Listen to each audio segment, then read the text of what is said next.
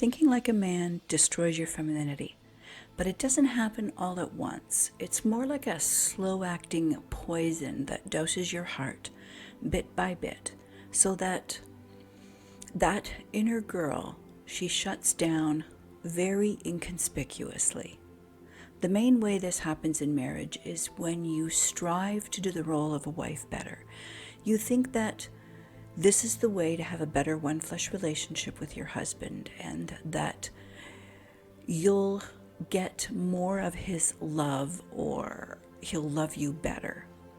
And maybe you don't feel loved or any connection at all, and that leaning harder into your performance as an excellent wife will help him to love you better. You can tell how deeply you're embedded into this kind of masculine mentality by how hard you're striving to be that excellent wife from Proverbs 31, thinking that it's going to improve your relationship with your husband, or make things better, or create less conflict. That level of effort is an equal ratio to the level that you operate out of your masculine mindset. This reveals itself in conflict with your husband and through lack of authentic connection and attachment. It's a living proof that you can examine quietly and privately within your own heart between you and God. Women operate in their testosterone when they're unhealed. No one showed you that you needed to heal, and how the masculine and feminine polarities were created to interplay with each other in a relationship. So really what you're trying to do, like what I tried to do, was to enter that sexy, fun relationship dynamic between a masculine and a feminine creature. You're trying to enter that as a man. When you're striving to accomplish in your role as a wife, you can only do that from testosterone, and that means you're activating your masculine energy. You can't bring your femininity into that dynamic because you've been suppressing her and hiding her for so many years. You don't really even know your inner girl anymore. And it doesn't work in your marriage because it's not the right solution.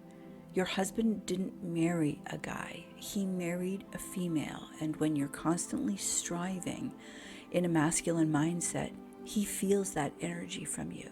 You look like a woman, but you don't feel like an estrogen-embodied creature. Energetically speaking, you seem like a man. You can't make a marriage better or solve a problem by functioning in the duties done in the role of the wife.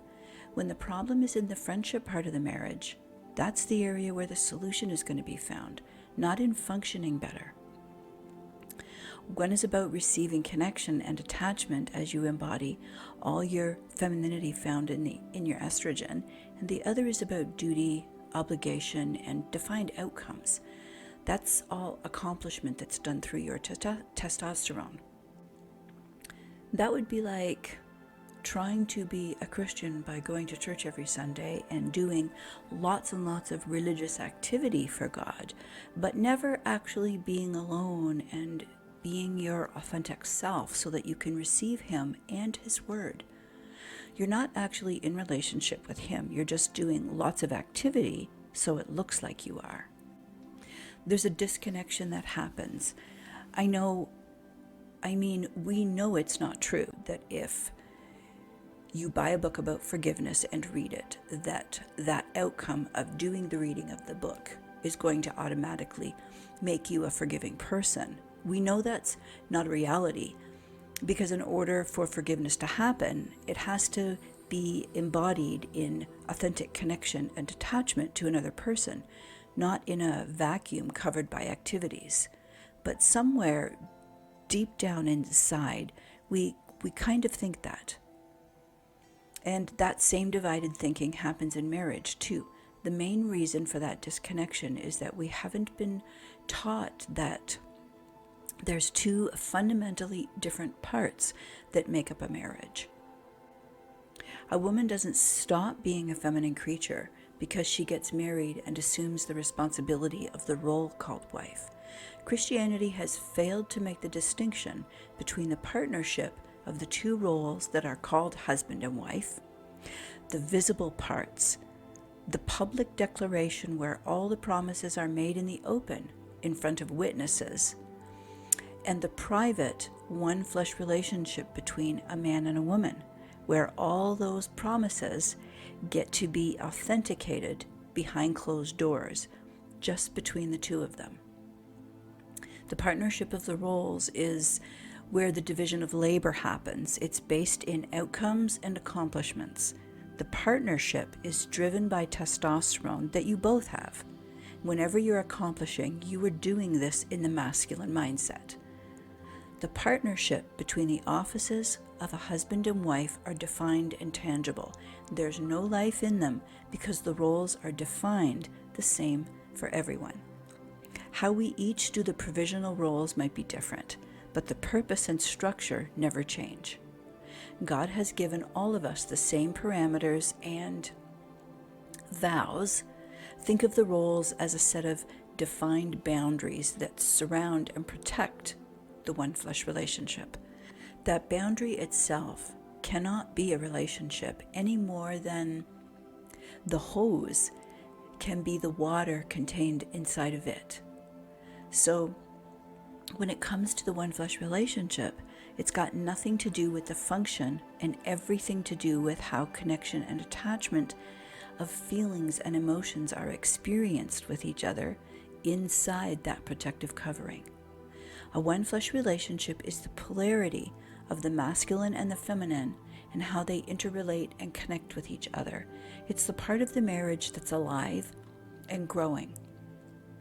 Without making this essential distinction between the role and the relationship, what happens to a woman when she gets married is that she's slowly conditioned to assume all of the responsibility for the marriage instead of the responsibility for her own feminine embodiment within the marriage. Over the years, she's conditioned to neglect her feelings and emotions that signal her feminine responses, those very things that make her a feminine creature. And basically, as she ignores those feminine signals more and more and leans into masculine signals more and more, she's turned into a guy. On the outside, she's got a woman's body, but internally, she's not really feminine because she hasn't cultivated that inside her heart, soul, and mind as a daughter of God. Instead, she's doing activities and responsibilities of the marriage, so she's been cultivating as a masculine son of God.